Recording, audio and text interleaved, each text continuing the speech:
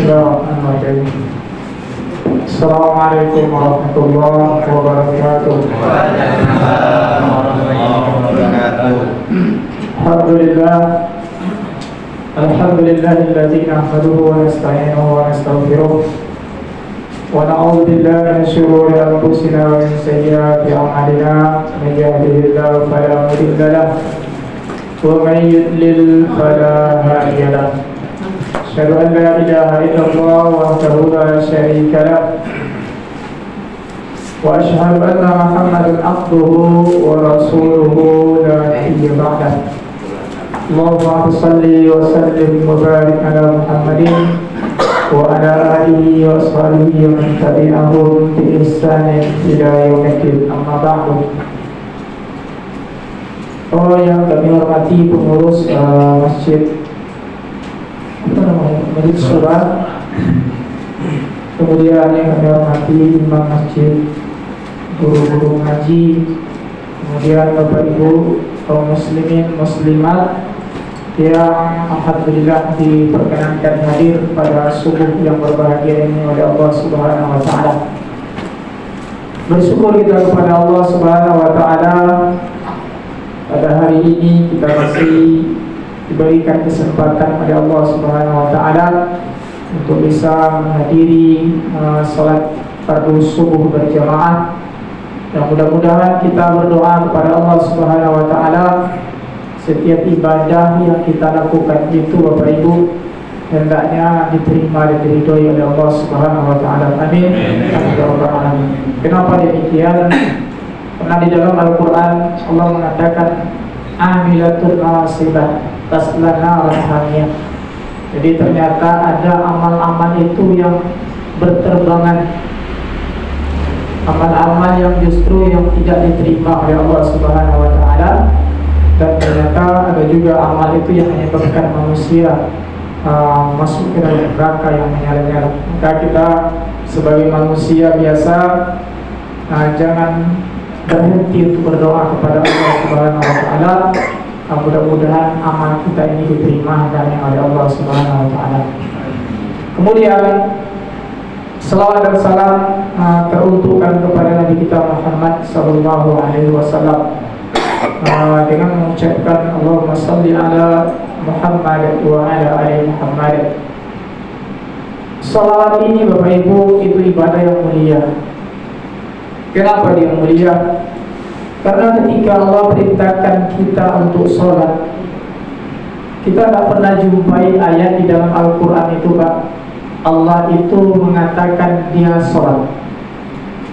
Ketika Allah perintahkan puasa, tidak pernah kita jumpai dalil Al-Quran ataupun sunnahnya mengatakan bahwa Allah juga puasa. Tetapi lihat ketika Allah perintahkan hambanya untuk bersolawat, Allah dulu yang bersolawat. Mana dalilnya? Innallaha wa malaikatahu yusalluna 'alan nabi ya ayyuhalladzina amanu sallu 'alaihi wa sallimu taslima.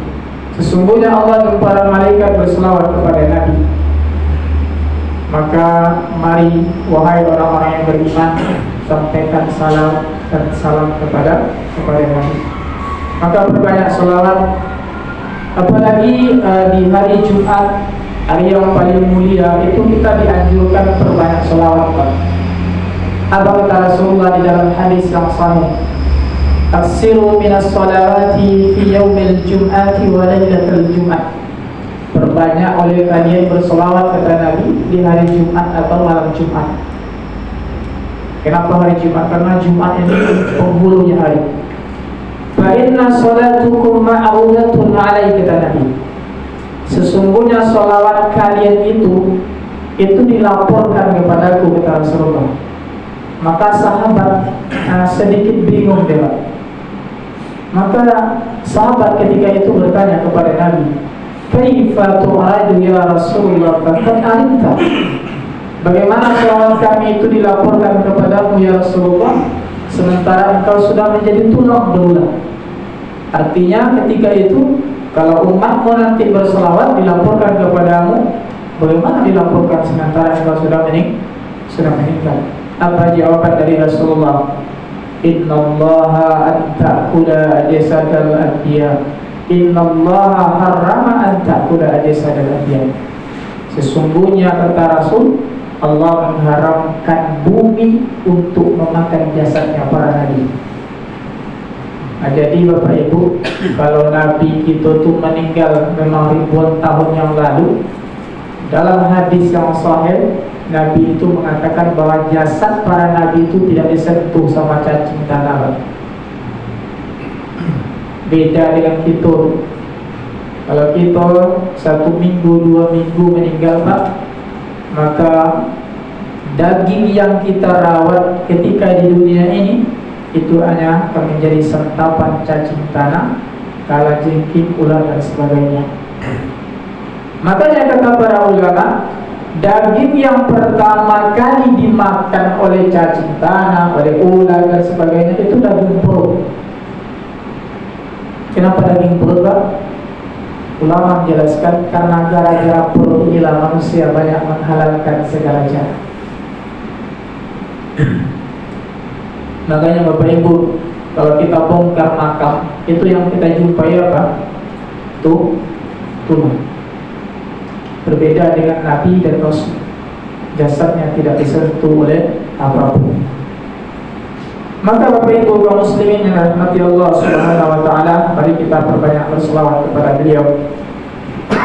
Kemudian yang ketiga, kami ingin mengajak Bapak Ibu untuk mari kita tingkatkan takwa kita kepada Allah Subhanahu wa taala. Karena memang takwa ini Bapak Ibu, nilai sebenarnya diri kita itu takwa itu. Di nilai diri kita itu takwa itu sebenarnya. Siapapun kita pada hari ini, walaupun kita disanjung, dimuliakan, kemana kita pergi, disambut dengan sukacita sama orang lain, ucapan kita dipakai, kita dihormati karena kita punya jabatan, punya kekuatan, punya kekuasaan, punya harta. Tapi ingat, ketika kita menjadi hamba yang kufur kepada Allah, walaupun semua masyarakat Penang ini menghormati kita, tapi demi Allah Pak, kita hina dalam pandangan mata Allah. Dan sebaliknya, siapapun kita pada hari ini, Ustaz, saya di kampung itu tak dipakai sama orang. Ustaz, saya di kampung itu diremehkan sama orang, dipandang sebelah mata. Saya tak punya kuasa, tak punya jabatan, harta pun saya tak punya. Tapi ingat, ketika kita menjadi hamba yang bertakwa kepada Allah, walaupun semua manusia menghinakan diri kita, tapi demi Allah kita mulia dalam pandangan mata Allah. Karena ukuran kemuliaan itu Bapak Ibu tidak pernah Allah letakkan pada tingginya jabatan kita. Kalaulah ukuran kemuliaan itu Allah letakkan pada tingginya jabatan, seharusnya Fir'aun itu lebih mulia daripada Nabi Musa. Fir'aun menguasai, kata para ulama, lebih kurang 1/3 dari dunia ketika itu dikuasai oleh Fir'aun. Tapi ternyata Fir'aun Allah hinakan, Allah azab, Allah matikan di Laut Merah bersama para tentara. Kalau yang menjadi kemuliaan ukurannya itu adalah harta, seharusnya Qarun lebih mulia. Lain kena kita ke Qarun Pak. Kalau Qarun, kalau kita dapat harta yang terpendam Pak, kata orang tua kita dulu nama harta itu Qarun. Padahal Qarun itu adalah nama manusia yang paling kaya di zamannya. Tetapi apa yang terjadi, ternyata kekayaan Qarun tidak membuat dia lebih mulia. Akhirnya Qarun Allah benamkan bersama harta-hartanya ke dalam bumi. Di mana letak kemuliaan itu? Inna akramakum indallahi atqakum. Sesungguhnya orang paling mulia kata Allah di antara kamu adalah orang yang paling bertakwa di antara kamu. Maka mari Pak, sama-sama kita bertakwa kepada Allah Subhanahu wa taala. Mudah-mudahan kita yang akan dijanjikan oleh Allah atau mendapatkan surga yang cita-citakan dijanjikan oleh Allah Subhanahu wa taala kepada kita. Bapak Ibu yang dimuliakan oleh Allah Subhanahu wa taala, saudara perlu perkenalan Pak. Perlu ya. Mungkin secara wajah mungkin Bapak Ibu sudah pernah nengok melihat Ambo baik di mimbar dan sebagainya. Ambo asli memang Rawabijai, Pak. Tapi walaupun di Rawabijai, orang Rawabijai pun banyak tidak Ambo kenali. Apa sebab? Ambo dari kini memang merantau, Pak. 40 tahun di Pekanbaru, 20 tahun tinggal di Lubuk Jambi. Jadi tahun 2021 akhir baru aku balik ke kampung. Lebih kurang 3 tahun baru di kampung Pak. Kemudian nama Allah tadi ada Sudisman Al-Ayubi nama panjangnya. Kemudian orang rumah itu orang kuliah Pak. Ini aku tinggal di Sungai Kuning. Jadi kalau Bapak Ibu ke Sungai Kuning, mampir dari rumah Bang. Di mana Sungai Kuningnya, Ustaz? Sungai Kuning kalau Ibu tahu tukang murid dulu bayi anak-anak Pak Anit almarhum rahimahullah, ada dokek itulah Bang. Sebelum rumahnya di Sungai Kuning, perbatasan antara Pulau Ibu dengan Binjai. Atau mungkin Pak sekedar perkenalan. Baik, kita lanjut karena waktu kita terbatas. Apa yang menjadi kajian kita pada hari ini, Pak? Ambo ingin menengok jemaah yang hadir nih, Pak. Itu tidak ada nampak yang muda-muda, Pak. Imam kita yang seorang yang nampak yang paling muda, Pak. Jadi tema kajian kita berzikrul maut. Kita galau, Pak, camat galau nampak yang hadir. Jangan, Pak. Camat. Bapak Ibu yang dimuliakan oleh Allah Subhanahu wa taala. Menurut data yang pernah Ambo baca dari Badan Perencanaan Pembangunan Nasional tahun 2022. Jadi Bappenas itu pernah mencatat sebuah data bahwa tahun 2022 di Indonesia ada lebih kurang 1,9 juta jiwa itu masyarakat Indonesia yang meninggal.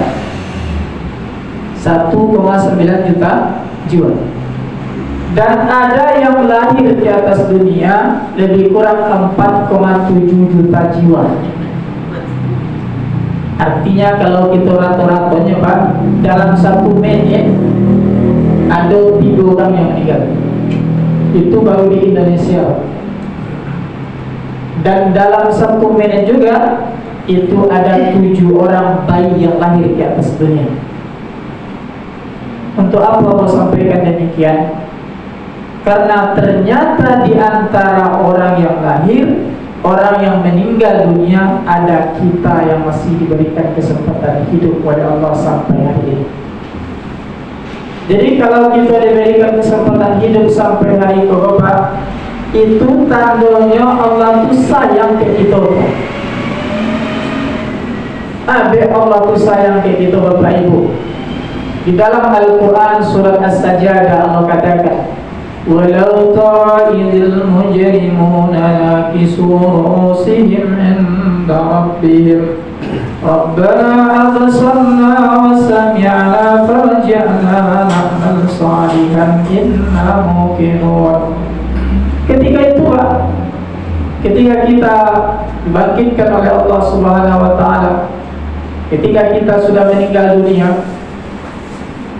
apa salah satu dari cita-cita orang yang sudah meninggal itu sekarang apa? Harapan orang yang sedang dikubur itu sekarang apa? Apa kata mereka? Rabbana absarna. Ya Allah, kami sudah melihat. Wasami'na, kami sudah mendengar. Ya Allah, lah nampak gitu.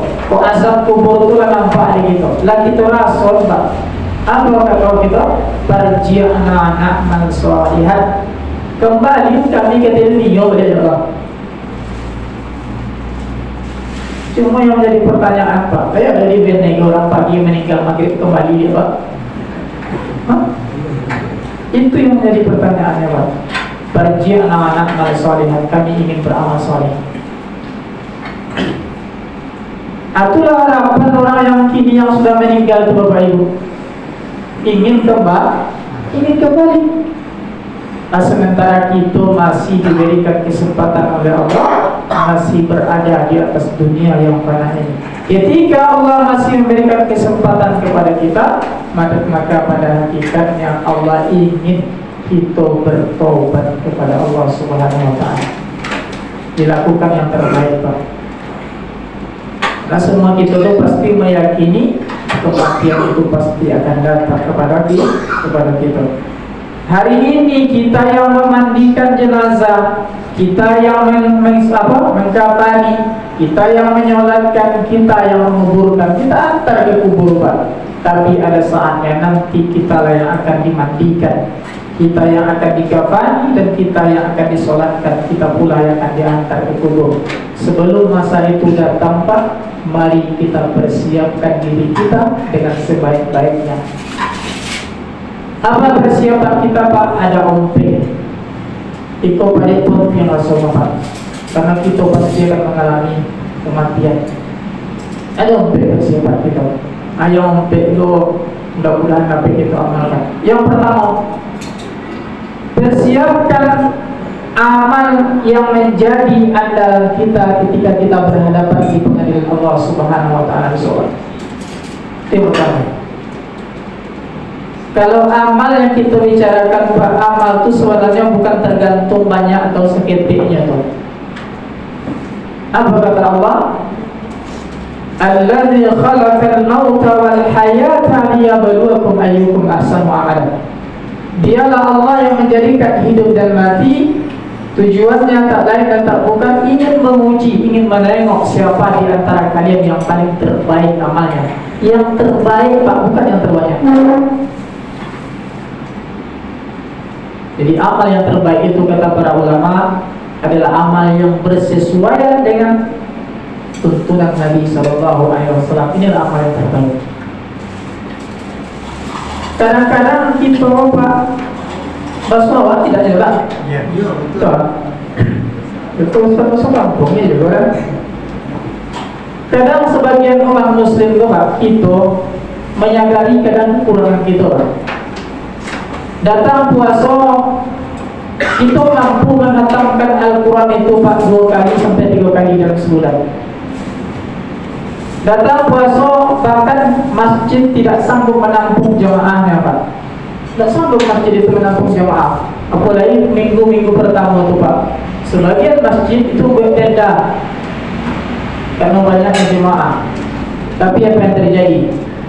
Ketika Ramadan pergi meninggalkan kita, Al-Quran yang tadinya kita baca setiap hari, dia hanya menjadi hiasan di atas lemari kita, tak pernah lagi dibaca. Jangankan dibaca, disentuh pun tidak. Kata orang itu, Pak, lah baca yang lawa kadang Quran itu dia di lemari. Padahal tadi ketika Ramadan sampai 3 kali kita hantarkan dalam sebulan itu, Pak. Begitu juga dengan berjamaah penuh masjid. Tapi apa yang terjadi ketika Ramadan pergi meninggalkan kita, masjid kembali sunyi dengan jamaahnya. Siapa yang tinggal? Itulah orang yang senantiasa menghidupkan dengan sholat 5 waktu. Itu yang tinggal, Pak, yang biasa-biasa. Bapak cara amalan kalau Ustaz, aku nak diterima insyaAllah oleh Allah Subhanahu wa ta'ala. Tapi yang menjadi masalah, apa kata Rasulullah? Ahabbul a'mali ilallahi adwamuha wal-qalb. Amal yang paling dicintai oleh Allah itu, Pak, amal yang didawamkan, amal yang istiqomah kita menjalankan walaupun jumlahnya seketik, Pak. Makanya mari kita beramal continue, Pak, walaupun amalan itu sedih. Salah satu yang menyebabkan Bilal itu masuk ke dalam surga, sandalnya terdengar oleh Rasulullah. Ternyata Bilal itu setelah dia berwudu, kemudian dia sholat 2 rakaat. Tak banyak amalan itu, Pak.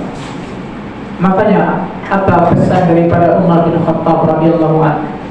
Jangan pernah remehkan 3 hal. Yang pertama, jangan pernah engkau remehkan amal yang engkau anggap sedikit. Boleh jadi yang sedikit inilah yang mendatangkan ridha Allah dan membuatmu masuk ke dalam surga. Yang kedua, kata Umar bin Khattab, jangan pernah menganggap remeh dosa yang kau anggap kecil. Ini menurut kita, Pak. Apa contoh? Ghibah. Gibah boleh menjadi kebiasaan begitu Pak. Bahkan acara TV-TV itu gibah semuanya. Kebiasaan. Tapi boleh jadi yang kau anggap kecil itu, kata Umar bin Khattab, itulah yang menyeretmu masuk ke dalam neraka yang menyala-nyala. Dan jangan pernah remehkan orang lain. Yang ketiga, boleh jadi orang yang kita remehkan, orang yang kita anggap sebelah mata, orang yang kita pandang dengan pandangan rendah, boleh jadi orang itu lebih mulia dibanding diri kita di hadapan Allah Subhanahu wa Ta'ala. Maka jangan pernah remehkan 3 hal ini Pak. Puasa ini Pak, amalnya Pak. Baca Quran siap subuh, Bismillahirrahmanirrahim, Alif Lam Mim, Dzalikal kitabu la raiba fihi, hudan lil muttaqin, Shadaqallahul Azim. Itu sudah sembahyang zuhur kau satu ayat, asar 1 ayat, maghrib 1 ayat, isya 1 ayat. Lebih baik daripada membaca Al-Quran 1 juz sekali dulu, kemudian setahun baru baca dia. Itu lebih elok Pak. Maka Bapak Ibu, cari amal yang menjadi andalan kita, yang istiqomah kita di atas. Apa yang misalnya yang andalan kita Pak, boleh berjamaah Ustaz 5 waktu, alhamdulillah. Mudah-mudahan itulah yang akan menjadi ridha Allah, dan itu yang akan memasukkan kita ke dalam surga Allah Subhanahu wa Ta'ala. Itu yang pertama. Yang kedua, cari amal yang ketika kita meninggal dunia, sementara pahala dari amal itu masih mengalir. Itu yang kedua perlu kita cari Pak. Lama meninggal kita mati gitu Pak, lagi kebumikan jasad kita, lagi makan dek cacing tanah dan segalanya, tinggal tulang kita, sementara ada amal yang masih mengalir dari atas dunia. Ini tak banyak kan Pak, 3 aja. Iza matal insan inqata'a amaluhu illa min salasin, kata Rasulullah. Apabila anak cucu Adam itu, manusia itu meninggal, terputus amalnya kecuali 3. Yang pertama, sedekahun jariyah. Harus ada gitu Pak. Kok pernah kita menyumbang 1 sak, 2 sak semen ke masjid kita Pak. Mudah-mudahan itu menjadi sedekah jariyah untuk kita. Kadang mampu khawatir Pak, di sebagian masjid mati bola lempu WC Pak, menunggu pengurus masjid membodi. Selagi lampu menyala dipakainya dari orang Bapak Ibu, masjid kalau dipakai untuk berjamaah, insya Allah kita pun mati besok masih mengalir kuri pahalanya. Apa nak kena mak tu Pak? Untuk mati lampu Pak, jangan tunggu bekas masjid dah boleh lepas. Pak Ketua, biarlah mu yang boleh lampu. Nampaknya kini gitu Pak. Tapi boleh jadi itulah yang mendatangkan ridha Allah Subhanahu wa Ta'ala. Maka harta itu pernah dia bersaksi besok di akhirat Pak. 3 hal. Apa kata harta itu? Kuntu qalilan fakasartani, kata harta. Sesungguhnya aku di dunia itu sedikit, tak banyak, kata harta. Orang yang paling kaya di dunia pun tak ada orang awal, orang Islam Pak. Tak orang Islam pun. Dulu ada orang yang paling kaya di dunia itu namanya Bill Gates, Microsoft Foundation. Bill Gates, aku pernah membaca profil riwayat Bill Gates. Di halaman, kalau tak salah itu Pak, halaman ke-107, Bill Gates itu ditulis di situ. Pada suatu hari Bill Gates ini kejatuhan duit 1 koper Pak, jatuh dari mobilnya. Maka Bill Gates ini tak diambil duit itu yang 1 koper itu Pak. Maka ajudan ini berkata, kalau bahasa Pak, abek tak ambil duit yang sejam jatuh 1 koper tadi. Apa jawaban dari Bill Gates Pak? Kalau dia ambil duit yang 1 koper yang jatuh tadi, butuh waktu 1 menit sampai 2 menit. Tetapi dalam 1 menit, kata Bill Gates, aku bisa menghasilkan uang lebih daripada uang yang jatuh itu. Itu kan kayunya Bill Gates Pak. Kalau jadi ambil duit tadi Pak, butuh waktu 1 menitnya. Sementara dalam 1 menit, kata Bill Gates, masuk uang ke rekening saya melebihi duit yang jatuh tadi. Maka betul kata Harto, di dunia aku tak banyak, tapi nilaiku menjadi banyak bila kalian gunakan aku untuk membantu agama Allah, membantu fakir miskin, membantu masjid dan sebagainya. Yang kedua, apa kata harta? Kuntu faniyatun, tak ada kaitannya. Di dunia aku tak kekal, kata harta. Aku hilang dengan pergeseran nilai dan waktu. Kalau duit tahun 2000 ini Pak tak pakai ini lho. Betul tak Pak? Betul. Duit tahun 90 sampai 90 Pak tak ada dipakai ini. So kalau kita belanja ke pasar Pak, kita bawa duit tahun 90 lagi pakai Pak.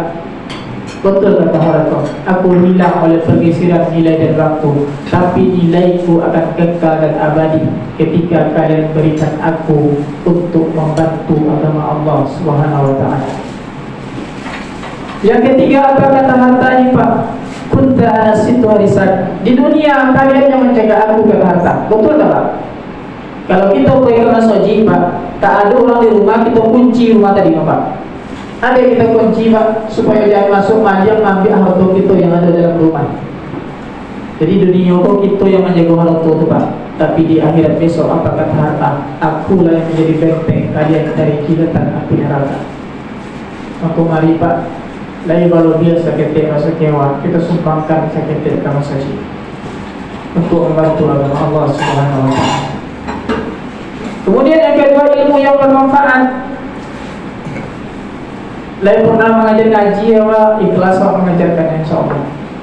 Yang ketiga, doa anak yang soleh yang mendoakan kedua orang tuanya. Inilah yang terus mengalir terus Pak. Nah, kita ciptakanlah yang tiga. Kita cari. Yang pertama sadaqatun jariyah, yang kedua ilmu yang bermanfaat, yang ketiga kita ciptakanlah anak cucu keponakan kita menjadi anak yang soleh dan soleha. Yang ketiga kita meninggal besok, di dunia meninggal besok, doanya lah kita harapkan yang akan menjadi penerang di alam kubur kita. Yang ketiga Pak, untuk persingkat waktu yang perlu kita persiapkan adalah mari kita persiapkan mati kita itu Pak, supaya husnul khatimah. Tadi malam aku pergi bertakziah di rumah salah seorang keluarga kita yang anaknya meninggal yang tercompong Pak, di Bendungan Panian. Kemarin mungkin Bapak udah beritanya tak? Anak itu masih berumur lebih kurang 13 tahun. Di dalam sebuah hadis An-Nasa'i, Rasul mengatakan kalau orang matinya meninggal tercompong menggolam, itu dikatakan syahid akhirat. Bagaimana kita menjalani kehidupan ini, maka kemungkinan seperti itulah kita akan meninggalkan dunia yang fana ini. Maka Pak, kalau mau berbuat, berbuatlah yang baik-baik. Kalau mau mengicik-mengiciklah yang elok. Kalau mau melangkah-langkah kaki kita yang elok. Mudah-mudahan kita berdoa. Ketika kita mau elok tu lah Pak, kita dipanggil oleh Allah Subhanahu wa taala. Betapa banyak kita saksikan di berita media sosial orang yang mati di atas sajadah, orang yang meninggal ketika solat, orang yang meninggal ketika sujud. Di Rawapidah ada satu orang kemarin Pak, luar biasa ini bapak ini. Dia meninggal, dia mintanya kepada orang, dia meninggalnya di masjid. Permintaan ternyata dikabulkan oleh Allah Subhanahu wa taala. Yang biasanya zuhur itu dia tidak ke masjid Pak. Zuhur itu biasanya dia tidak ke masjid. Dia biasanya ke masjid maghrib, isya, subuh. Tapi pada hari itu Allah gerakkan langkahnya, pada zuhur itu dia ke masjid. Apa yang terjadi? Setelah salam ke kanan ke kiri, langsung terjatuh. Dan akhirnya dibawa ke rumah sakit, ternyata sudah meninggalkan dunia yang fana ini. Siapa di antara kita yang tidak ingin mati husnul khatimah? Dengan sampai kita mati dalam bermaksiat kepada Allah Subhanahu wa taala. Maka Pak, mari kita berdoa. 10 yang kita minta. Allahumma inna nas'aluka salamatan fid din, ya Allah berikan keselamatan kepada agama kami. Wa afiatan fil jasad, berikan kesehatan kepada badan kami. Wa ziyadatan fil ilmi, tambahkan ilmu kami ya Allah. Wa barakatan fil rizki, berikan keberkahan kepada rezeki kami. Wa taubatan qabla al maut, berikan kami kesempatan tobat sebelum kami mati. Wa rahmatan indal maut, rahmati ketika kami mati ya Allah. Wa maghfiratan ba'dal maut, ampuni dosa kami setelah kami mati. Allahumma hawwin alaina fi sakaratil maut. Mudahkan kami menghadapi sakaratul maut ya Allah. Ini doa yang pernah ditinggalkan Pak. Kita berdoa kepada Allah, minta kita kepada Allah, mudah-mudahan kita dimatikan husnul khatimah. Sakitnya sakarat itu kata Rasulullah melebihi 70 kali tusukan pedang. Kalau kita pernah melupi orang yang sakarat, tak banyak macamnya. Ambo pengalaman di Pekanbaru, kalau ada orang sakarat dipanggil, ambo tolong dibimbing ditalkitkan Ustaz. Luar biasa Pak. Kalau kita menengok orang-orang yang akan pergi meninggalkan nafas terakhirnya, luar biasa. Makanya salah satu itulah hikmah kenapa azab kubur itu tak bisa didengar oleh manusia. Andai kan azab kubur itu bisa didengar oleh manusia, sampai hari ini tak bisa kita makan Pak. Tak bisa kita makan. Tapi begitulah hebat naiknya Allah, itu azab kubur itu tidak bisa diperdengarkan oleh manusia. Makanya dalam sebuah hadis Rasul mengatakan, andaikan kalian tahu apa yang aku tahu, kata Rasulullah, maka akan sedikit kalian tertawa dan kalian akan banyak menangis. Maka marilah sama-sama kita berdoa kepada Allah, mudah-mudahan kita dimatikan husnul khatimah. Yang terakhir, kita berdoa kepada Allah Subhanahu wa taala. Yang terakhir, mudah-mudahan Pak, setelah kita meninggal itu namo kita elok dia tak ada sedih orang Pak. Bak kata orang gajah mati meninggalkan gading, harimau mati meninggalkan belang, manusia mati meninggalkan nama. Muhammad Rasulullah SAW sudah ribuan tahun dia meninggal dunia, namanya masih dibacakan, dikenang-kenang sama orang lain. Ado Pak Ando pergi meninggal, melayat orang meninggal. Kalau ketika orang meninggal itu kan duduk berkumpul-kumpul Pak. Di sana sekelompok, sana sekelompok, segala kelompok. Pada suatu hari qadarullah telinga ini diperdengarkan, lengkap kubur jenazahnya Pak. Kelompok yang sana sudah membicarakan aibnya daripada jenazah tadi. Ini yang terjadi Pak. Apa-apa kita berharap kepada Allah. Yang disobek orang tidak ketika mati gitu, soalnya kita yang disobek orangnya Pak. Jangan sampai yang terjadi ketika kita meninggal, sampai kabar di telinga orang lain, lah meninggal saya nutur alhamdulillah dia. Gara-gara apa? Kemungkinan ketika kita hidup di atas dunia banyak maksiat, banyak tingkah laku kezaliman yang pernah kita lakukan, sehingga kita meninggal dunia orang bersyukur Pak. Maka mari kita sama-sama jago bergaul dengan masyarakat dengan baik. Mudah-mudahan kita, nama kita nanti setelah meninggal disanjung-sanjung, dipuja-puja sama orang lain, dan jasa-jasa kita akan selalu dikenang sama orang lain. Itulah sebenarnya Pak inti kajian kita pada pagi yang mulia itu. Yang pertama mau sampaikan, persiapkan amal yang menjadi amal andalan kita Pak. Walaupun amal kita tak tapi istiqomah kita di atas. Yang kedua, persiapkan amal yang tori mengalir pahalanya walaupun kita lama ini meninggal. Yang kedua, harus ada gitu Pak. Di antara yang tiga tadi yang disampaikan Nabi itu harus ada gitu. Yang ketiga, jangan lupa berdoa. Doa minta sama Allah. Kalau kita pasti kemarah suatu Pak. Kini silakan kita buat kebun seloe-loe Pak. Kita bangun rumah yang rancak, kita beli otome Pak. Tidak ada masalah dalam agama kita. Bahkan agama menganjurkan mukmin itu menjadi mukmin yang kuat dan kaya. Tapi ingat Pak, kebun yang kita buat sekarang belum tentu kita nikmati hasilnya. Ada sesuatu yang pasti datang kepada kita. Datangnya dia tidak pernah kadang-kadang memberi kabar kepada kita. Fa iza jaa ajaluhum la yastakhiruna sa'atan wa la yastaqdimun. Apabila ajal telah datang Pak, tidak bisa kita mundur, tidak bisa kita majukan. Maka di dalam Al-Quran surah Al-Jum'ah apa kata Allah? Qul innal mauta alladhi tafirruna fa innahu mulaqikum. Katakanlah wahai Muhammad, kematian yang kalian lari daripadanya, fa innahu mulaqikum, kematian itu pasti akan datang ke kalian. Baapuyo banyak dokter yang mengelidang nyawa Pak, spesialis dokter Pak, takkan bisa menghindari kita dari kematian. fa innahu mulaqikum, dia pasti akan datang kepada kalian. Summa turadduna ila alimil ghaibi wasyahadah, kemudian kalian akan kembalikan kepada Allah yang mengetahui perkara yang gaib dan yang nyata. Fayunabbi'ukum bima kuntum ta'malun, dan akan dikabarkan kepada kalian tentang apa yang pernah kalian lakukan di atas dunia ini. Itu yang ketiga. Yang keempat, jago nama kita, Pak. Jago nama kita. Jangan sampai buruk kita tuh yang sungguh di dalam buruk. Setelah kita meninggal dunia, hendaknya jasa-jasa itu yang hidup akan disebut orang. Itulah yang kata orang tua tadi, harimau mati meninggalkan balang, gajah mati meninggalkan gading, manusia mati meninggalkan namo yang hidup juga akan bersuara itu. Mudah-mudahan kita dimatikan oleh Allah husnul khatimah, dan mudah-mudahan kita orang yang beruntung yang mendapatkan tempat yang dijanjikan oleh Allah, itu surga Firdaus yang telah dijanjikan kepada orang-orang yang bertakwa. Amin. Amin ya rabbal alamin. Mungkin itu Pak. Kalau mau kita beraktivitas, bila kurang mau minta maaf, mau tutup dengan subhanallah bihamdika, asyhadu an la ilaha illa anta astaghfiruka wa atubu ilaik. Assalamualaikum warahmatullahi wabarakatuh. Waalaikumsalam warahmatullahi wabarakatuh.